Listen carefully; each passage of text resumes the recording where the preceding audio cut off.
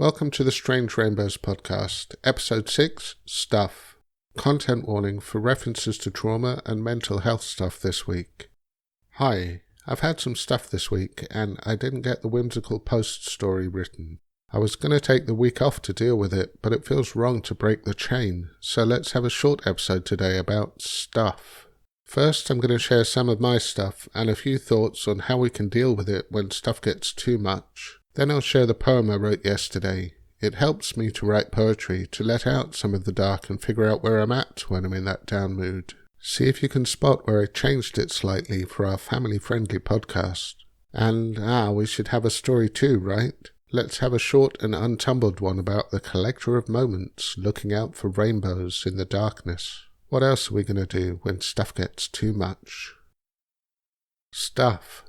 I think I have to accept and honour that I have stuff. Every survivor has stuff. In my case, the three big things are disabling depression, complex PTSD, and anxiety. I have ways to manage each, and some supports, but when they all hit at once, I can't think straight, and the dark thoughts come for me.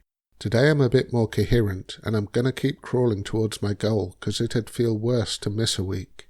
How about you? What's your stuff? We all have it, and the ones who say they don't are probably gaslighting and downloading their stuff onto someone else. I want to offer you some words of encouragement. It's okay to take time for yourself. You have to. Time to do nothing, to be yourself, to find a quiet place inside when it's all chaos around you. It's okay to nurture that quiet space and keep it all for yourself. You deserve to be safe and treated well, to get the supports and care you need, and to take it as slow and easy as you need. You are important. You are worth caring for, and it's okay to care for yourself. If you're feeling lonely, sad, grieving, hopeless, pointless, broken, or just a little down, I can relate. I've been there, and I spend a little too much time in those places. We have to keep going. Keep on walking, stumbling, crawling forwards. You can do this. I believe in you. I love you.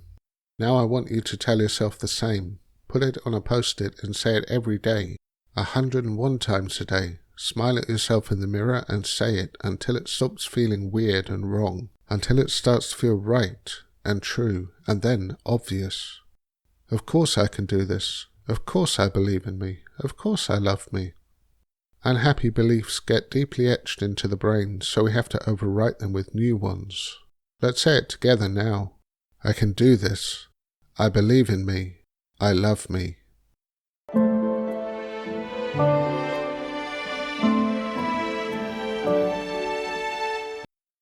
My brain is eggs. My brain is eggs. It's clucking fried and full of jagged thoughts inside. It's burned and ragged, charred right through, and now I don't know what to do. It's scrambled, toasted, dropped in a pit. There's too much trauma left in it. That's coming at me from the past. It wants me to resolve at last. But all at once? That don't seem fair. I can't just heal the world right there. So choke it down and push it back and suffer on this life of lack without the love I never had, just free of goodness, full of bad. I'm tired, exhausted, had enough. My brain is eggs. I can't think straight. It's clucked.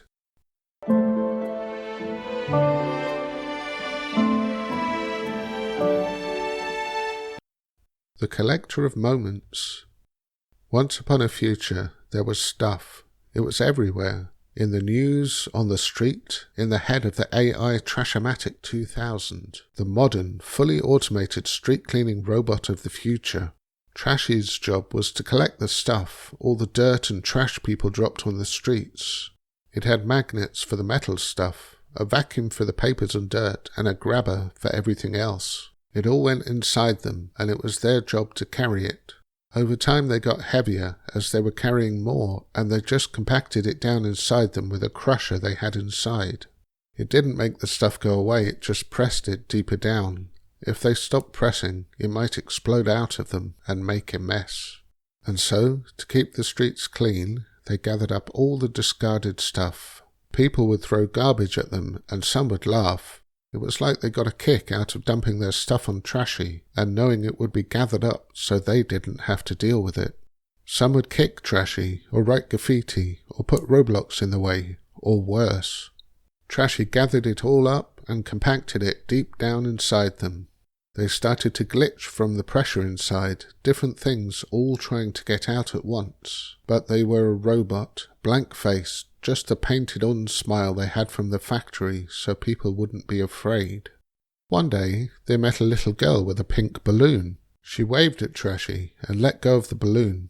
It floated upwards and the girl made an "oh no" face. The pink balloon wasn't Trash, at least not until it fell on the street, so it wasn't Trashy's job to pick it up. But without thinking, they shot out a claw as far as it would go, grabbing at the string. By some stroke of luck or fortune, they just caught the end of it and lowered it down, handing it back to the girl. She beamed, sang a little "thank you," and skipped off. Trashy stopped. This was new. It wasn't in their programming to pick up good things. They were only there to pick up the trash and clean the streets for others. But this moment, this felt good. They held on to it in their electronical brain, making space for it, treasuring it. The moment took up just a tiny bit of space. It was hardly there against all the routines and subroutines programmed in to clear and clean up after others. But it was in there.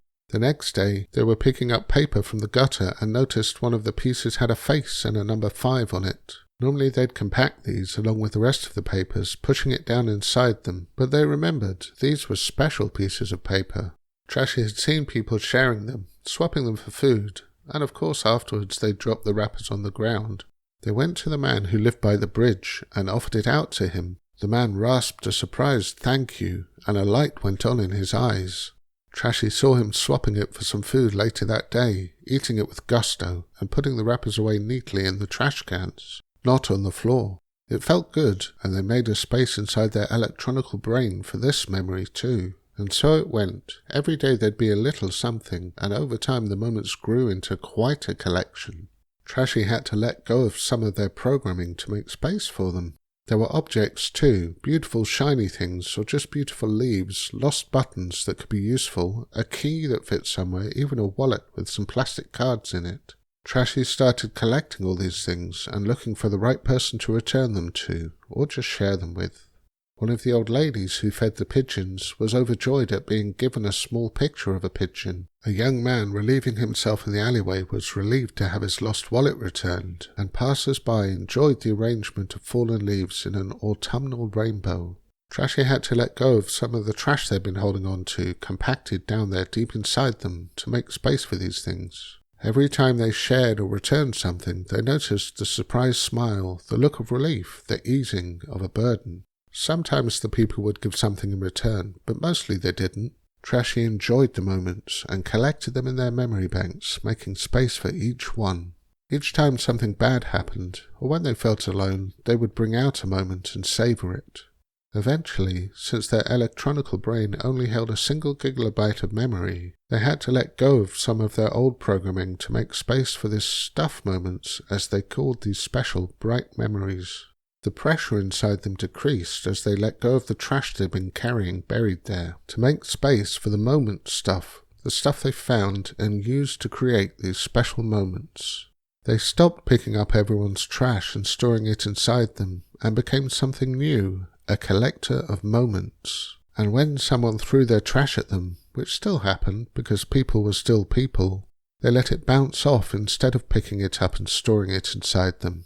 There was no more space for it because they were full of beautiful, interesting objects to share, and their memory was filling up with moments.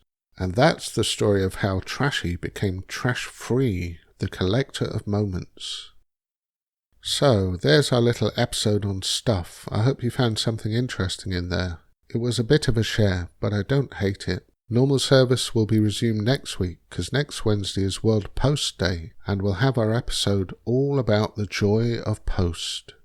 Thanks for listening. The Strange Rainbows podcast is copyright Mike Storm 2024, all rights reserved. It is a work of fiction. Any resemblance to actual names, characters, businesses, places, events, or persons living, dead, or imaginary is entirely coincidental.